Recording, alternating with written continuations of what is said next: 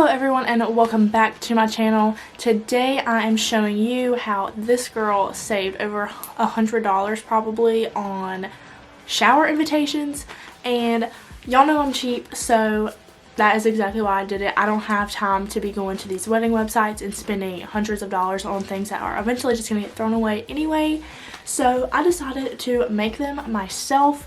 So I'm going to be showing you how I'm doing that, and then I'm going to tell you exactly how much everything cost me. It was super simple. It did take a little bit of trial and error, but it was super simple and so worth the money that I saved, because we have, like I've said in videos before, we have over 150 people on our guest list. With that being said, we don't actually need to send out 150 things because a lot of people are in the same households, but we did need to send out a little over 100, but there are some that we're just not going to send because they're out of town or we know that they're coming, so we're not necessarily going to give them an invitation, like my parents and his parents. So without further ado, let's get into the video. And yes, my intro did get deleted, so if you notice that I'm wearing two different outfits, that's why. So to make these save the dates and these invitations for our shower, you only need three things. You need a computer, obviously. You need a printer, obviously, and then I just got this paper. Don't know if you can see it because the ring light, but it's just Astro Bright cardstock. I got it at Walmart. It was like $3 for this pack of 50, and then I'm printing them like 2 per page, so really this is like 100, and that's all that we're gonna need. So I bought my templates off Etsy. It cost me $11.39 for this wedding bundle. I got the details, the wedding invitation, a thank you card, an RSVP card, and something to go on your favors. And for me, I used the wedding invitation to also make the invitations to our housewarming shower. I also got these save the dates on here for $3.90, and this is what I'll be sending as our save the date. So when you buy these off of Etsy, it automatically sends you an email with the link to go to this website called Template, and it shows all of your templates right here. All you have to do is click on them and edit them as you please. As you can see, I made this one have a front and a back, and for purposes of this video, I blocked out our address and the phone number that we are using on our invitations. I personally really liked this just because I'm using this not only for the invitations for our housewarming and bridal shower, but also as our invitations for our wedding, so I'm kind of getting a double use out of them.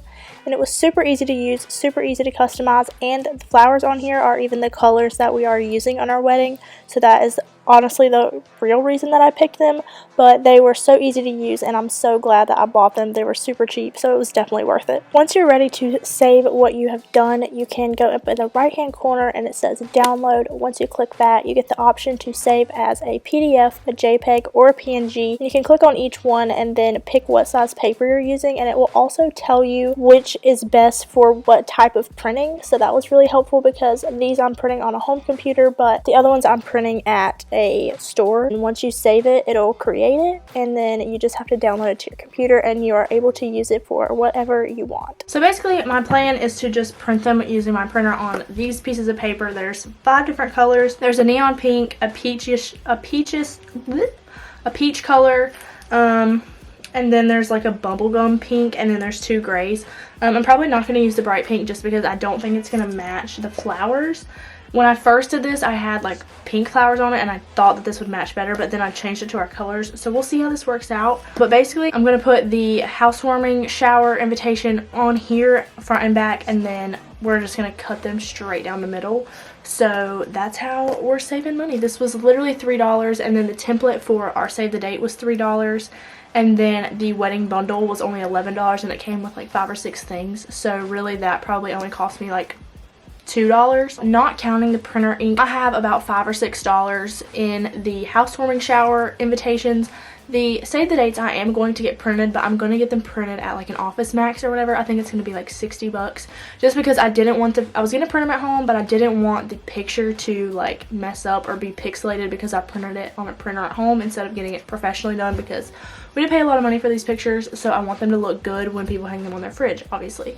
So I'm getting those printed, but again, the template was only like $3, and then I think for 100 it's only going to be like 50 or 60 bucks at Office Depot or Office Max, one of the two. I can't remember exactly, but whenever I finish, I'll tell you exactly how much it costs. So the printer is actually under my bed, so we're going to have to get that out.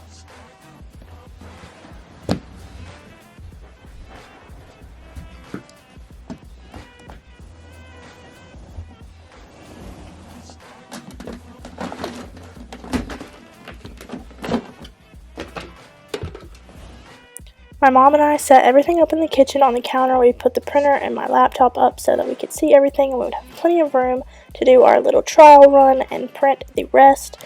So I printed it and we stuck in the neon pink paper first just to test it to make sure it was actually going to work. That way if it didn't, we didn't waste any of the paper that we were actually planning to use. My printer didn't have the option to send them through on both sides in one run, so we had to do one side at a time. And we weren't sure it was going to work, so that's why we tested it on the first couple to see if it would line up front and back so that when we cut it there wouldn't be an issue. And unfortunately, as you can see here, my mom is holding it up to the light and it was off by just a little bit. So we decided that maybe it was best to try a different printer instead of wasting a whole bunch of paper. So we had this extra printer just in our basement, and the only reason that we don't use it is because the scanner part doesn't work, but this one does have the option to flip from front to back in one go. So we thought that we would try this, so my mom just got a bunch of different ones because we didn't think that there would be any problems. We could just send them through and they would be even because the printer was doing everything for us. We didn't really have to do anything. But we realized that printer wasn't going to work either because of the ink, so we had to go back to square one and use the original printer that you saw at the beginning of this video. And even though it messed up a couple times, then we finally got it figured out. My mom working so hard over there to get it fixed, changing the ink out and all that good stuff just because it kept jamming for some reason. We realized that the only reason it wasn't lining up is because of the flowers. All the words were still fine, so I just went in and took the flowers off and then re-downloaded it. That way we could print it exactly how it was. I didn't have to go back and add anything or print two separate pieces of paper and try to figure out how to attach them, which was going to be our first plan, but luckily we realized that it was just the flowers, so I just re-downloaded it and then we just printed it as normal and it worked just fine. So we printed them again, and this was again just another test run to make sure that they would line up with the changes that I made by taking the flowers off. I actually did end up having to size down the thing under the thing that asked them to bring a recipe instead of a card just because it was a tiny bit off and it just bothered me. But other than that, I didn't really have to make any changes. So after we printed it, my mom held it back up to the light and everything lined up perfectly just how I wanted it. We did run into one small problem. I looked at them for a good minute after we'd printed already about 15 or 20 of them. I can't remember exactly how much. And I realized that I forgot to put the time on them because whenever I first created them, we were still trying to decide, and then I just forgot to go back and add them. So as you can see here, I'm just going back and adding what time the actual shower is to a few of the ones that we are sending because, like I said before, I completely forgot. And honestly, we're probably just going to send these to the out-of-town people because they're most likely not going to come anyway, and we're just going to hope that maybe they don't notice or they don't care. Luckily, it was a super easy fix, and I literally just used a black pen and went back over them. There wasn't a whole lot, so it didn't take me very long. It was just a total screw-up on my part, and it was super embarrassing. But I'm glad I noticed it before we sent them out and had people calling asking what time they were supposed to show up. The last thing that we had to do was cut out each invitation because, like I said before, we printed 2 on a page. So we had to separate them and then cut off all the excess because I wanted each side to be even with the flowers. And luckily, my mom had this handy dandy little cutter thing that had grid lines and a ruler, and it showed you exactly where to cut, and it made the perfect straight lines on each edge. So my mom did half and I did half because we didn't want to use scissors because it was gonna not be straight, it was gonna be crooked, and this tool just made it easier, but it still did take a little bit of time, so that's why we switched off halfway through. Yes, this was a pretty tedious process, but it was much better than spending hundreds of dollars on a wedding website or something else. So at the start of this video, I think I said that it only cost me like $5 or $6, and that wasn't exactly right, but it was not much more than that at all. So I'm gonna break it down for you and tell you exactly how much I spent on everything I needed to make these myself. So obviously that doesn't include my computer or my printer, but I feel like most people already have those.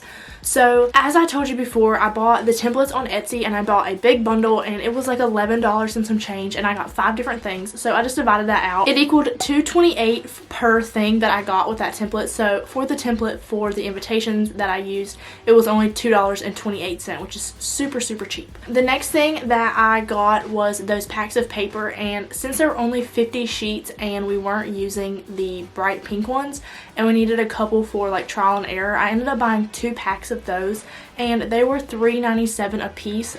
We just bought 2, like I said, so we would have enough to go around and if we messed any up, and because we weren't using the one color just because it didn't look good.